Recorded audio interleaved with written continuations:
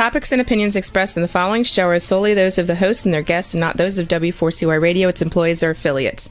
We make no recommendations or endorsements for radio show programs, services, or products mentioned on air or on our web. No liability, explicit or implied, shall be extended to W4CY Radio or its employees or affiliates. Any questions or comments should be directed to those show hosts. Thank you for choosing W4CY Radio. Welcome to the Ask the Expert show on W4CY Radio and Talk4 TV, where we bring you educational information from top local experts in the fields of legal, health, financial, and home improvement. Now sit back and listen to experts in family law, association law, hearing loss, business brokers, home care, along with many other topics. Now here are your hosts, Steve-O and Sophia.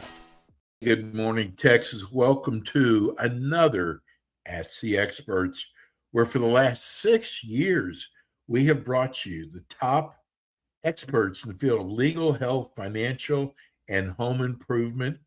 I've got to tell you, somebody asked me a couple weeks ago, who are your demographics? And if you look at our shows, estate planning shows, we have hearing aid shows, we have eye surgery shows, and our biggest show around the country is Medicare.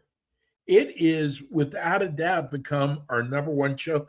So that shows we have an older audience. And Texas is one of our most important markets. We were so lucky and so blessed to find Jill Belvin with the Belvin Insurance Agency. Good morning, Jill. Good morning, Steve. How are you? I'm great. We were so lucky to find you. And I got to tell you, there's so many people who do not understand Medicare. And I'm sure you get those calls all the time. And this show is, I'm going to tell you, this show is to remind people, to educate people. Don't try to do this yourself. Get a good agent like Jill, because I did it the wrong way when I first got Medicare. And I had a bad agent. And Oops. I have learned over the shows we've done, Jill, you are one of the finest Medicare agents, and we're going to educate you on this show. Tell people about your company, Jill.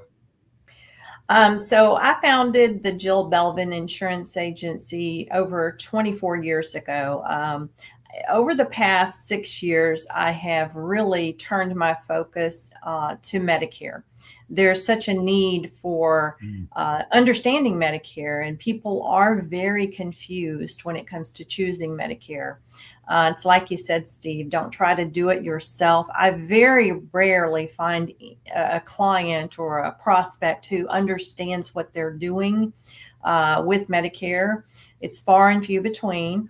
A few people have, tried to do it themselves, but the issue you run into is you don't have anyone to let you know if there are any upcoming changes in the market, if your company that you've chosen is taking rate increases or pulling out.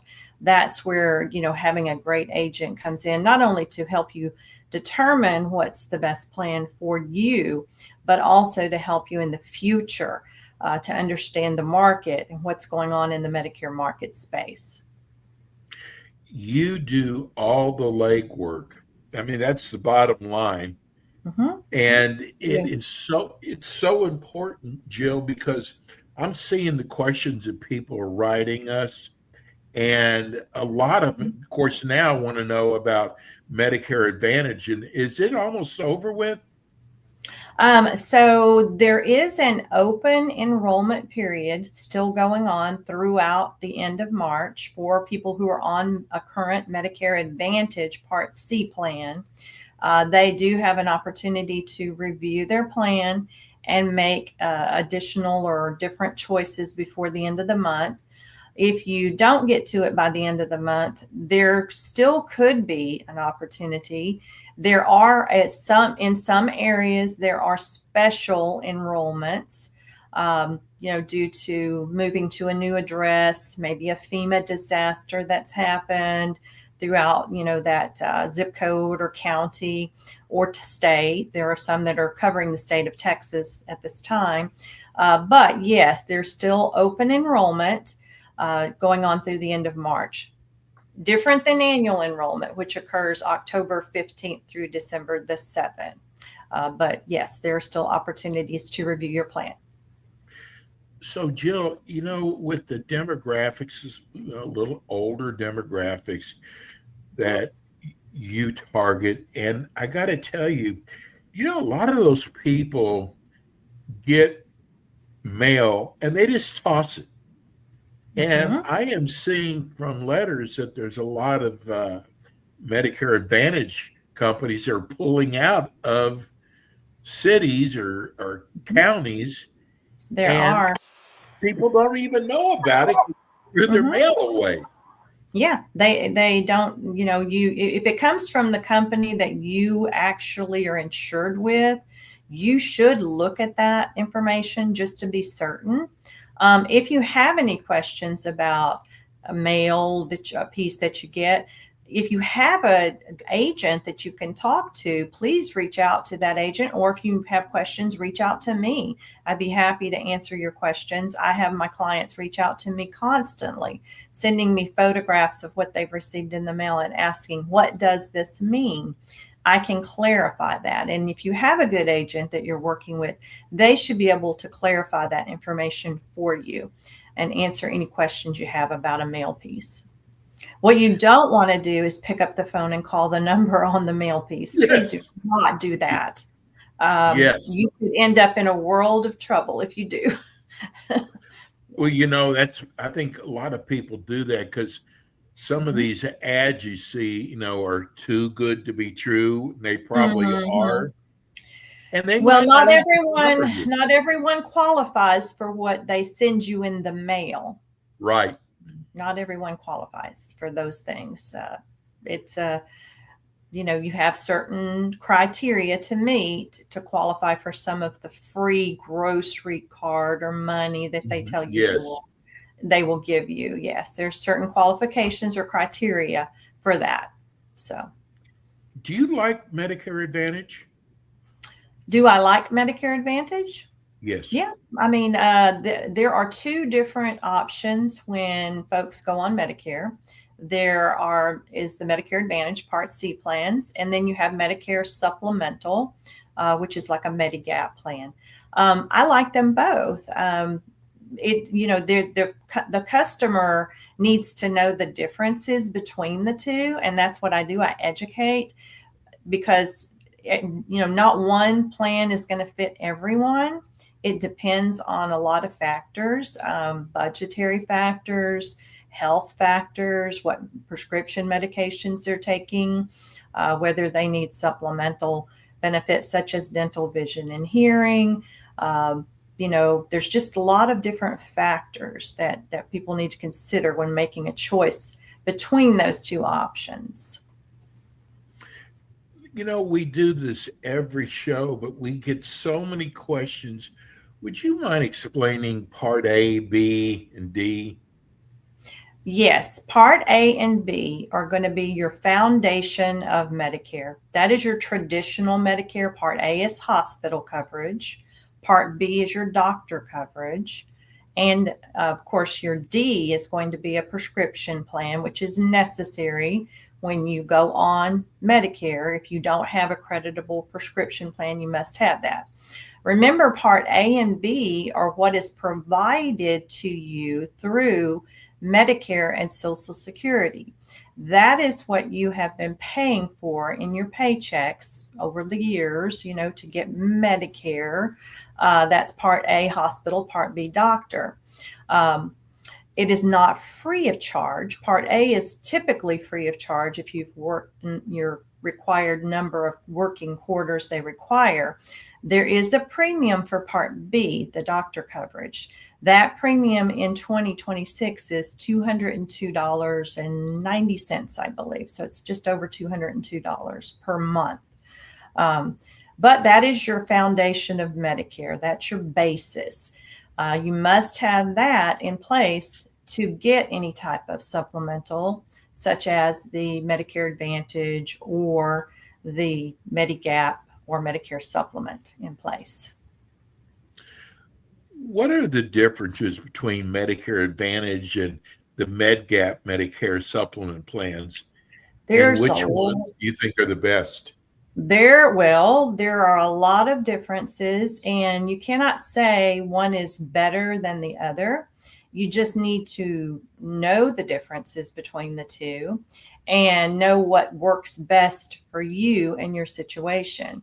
Some of the differences between, Part C, which is Medicare Advantage, and your Medicare Supplemental or Medigap, the supplemental and Medigap are issued by private companies, but they go with Part A and Part B.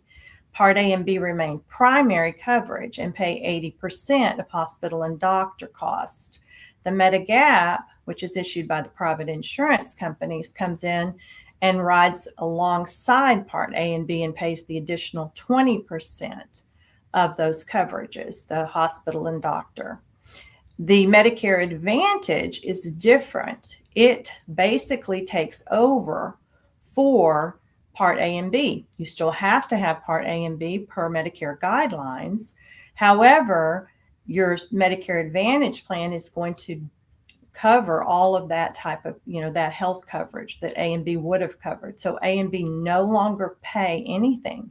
It is all up to the Medicare Advantage plan. They are the primary plan at that point. I want to tell people something because a lot of my friends, Joe, would tell me, don't go on the Advantage program. Or no, I'm sorry, don't go on a PPO. Don't go on an HMO. Go on a PPO because I could, choose my doctor. I went on HMO, and Jill, I got to tell you, I have had the best luck with specialists.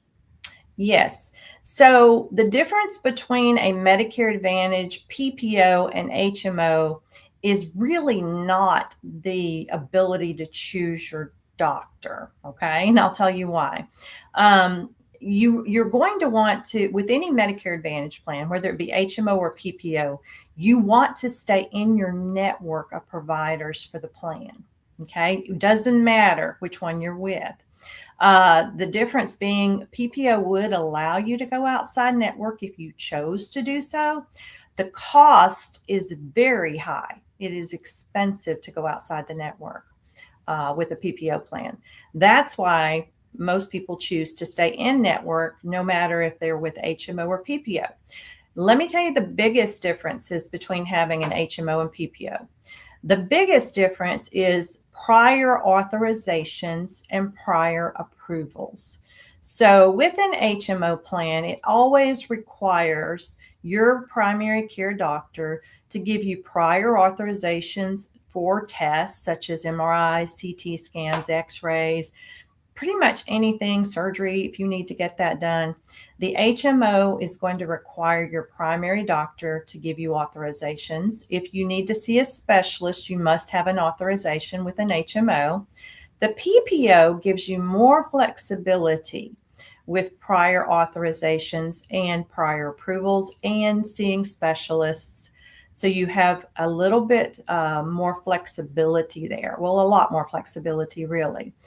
But you do give up a lot if you go with the PPO. You do have a very high copay for most things, like a specialist visit with your specialist doctors, your hospital copays.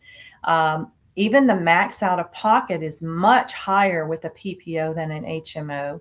So you have to weigh the differences and decide, is it really that important to me to have that extra flexibility, not to have to get the prior authorizations and approvals? Or am I willing to jump through those hoops or do those things necessary to go to my primary doctor and get those things done with an HMO? That's really the bottom line on that. So we just got a question in from Sugarland. What happens if I choose the wrong Medicare Advantage plan? Can I still make a change in 2026? Yes, yes, you can. As long as you do it before the last day of this month. So by March 31st at midnight, please contact me or someone, a qualified agent, to talk through the plans with you and find out what is it that's not working with your current plan. What is it not, fulfilling for you? What gaps do you have there? And try to find you something that will actually be of benefit to you and fit your needs.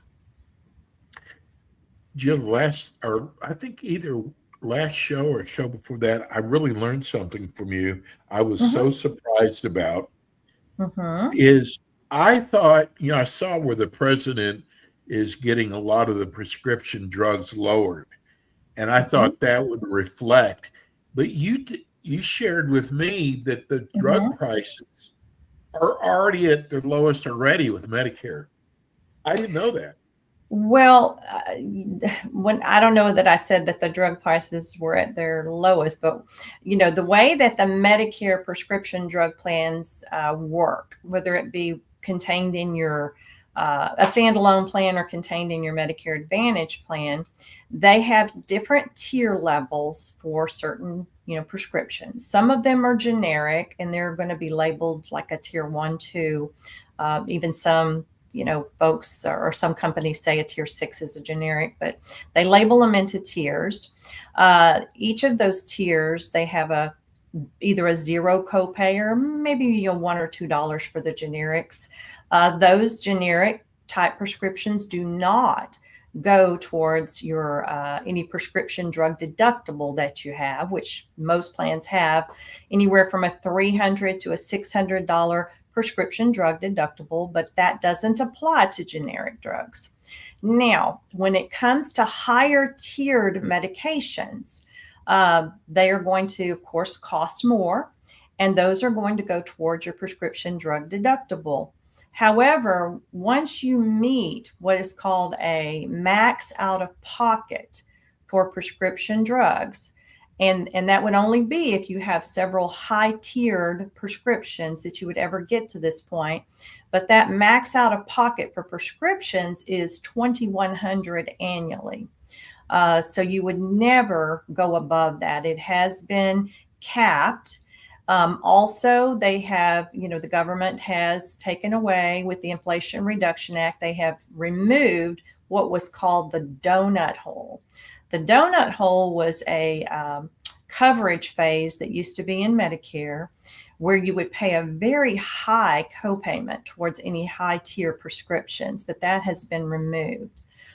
So the max you will ever pay, even if you have very expensive prescriptions, as long as they are on formulary with the plan, would be $2,100. One other quick piece of information for those of you who are dealing with high cost prescriptions. Let's say you do have to meet that $2,100 per annual. Every prescription drug plan has what is called a prescription payment plan available to you. All you have to do is call them and ask them to be added to the prescription payment plan. That payment plan will allow you to take those high copays and spread them out throughout the year so that you're not having to come up with $600 in the months of January and February, or $2,100 over the first quarter of the year. You could actually spread it out. It doesn't lower your cost of your prescriptions at all. So don't quote me on that. It does not lower it. It just allows you a payment plan to pay it out throughout the year. And it's called the prescription payment plan, or the 3 Ps.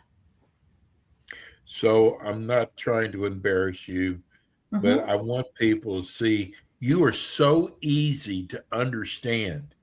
And when it comes time to Medicare, there is so much to know. Our last question is also from Sugarland. They want to Okay. know, do doctors in network change every year? They can with the Medicare Advantage plan. Okay. That is also a big difference between Medicare Advantage and the other plan we were discussing, which is the Medigap or supplemental plans. With a Medigap or supplemental plan, if a doctor takes Medicare, they take that plan. There are no networks with that type of plan. But with a Medicare Advantage plan, that can definitely happen on an annual basis. And it sometimes happens during the year as well. I've seen it happen during the term of the year. So it doesn't even necessarily have to be at the beginning of the year. Jill, how do people reach you? They can reach out to me on my website, which is www.insurewithbelvin.com. I have a contact form there on the website you can fill out to schedule an appointment. 832-281-4474 is my office telephone number, 832-281-4474. Also, you can email me, Jill, Jill, loves, Loves, Medicare @gmail.com. Again, the name of the agency is the Belvin Insurance Agency, and we'll be running the show again this month. And Jill will be back again with us next month with more Ask the Experts. Thanks, Jill. Thank you, Steve. Have a great day. You too. That's Jill Belvin. That's going to do it for us today. We'll be back again with you next week with more Ask the Experts. Thanks for tuning in today to the Ask the Expert show on W4CY Radio and Talk4 TV. Tune in next week and every week to hear more from our experts on personal injury, insurance, air condition repairs, estate planning, Medicare, and many other topics in the areas of legal, health, financial, and home improvement. See you next week.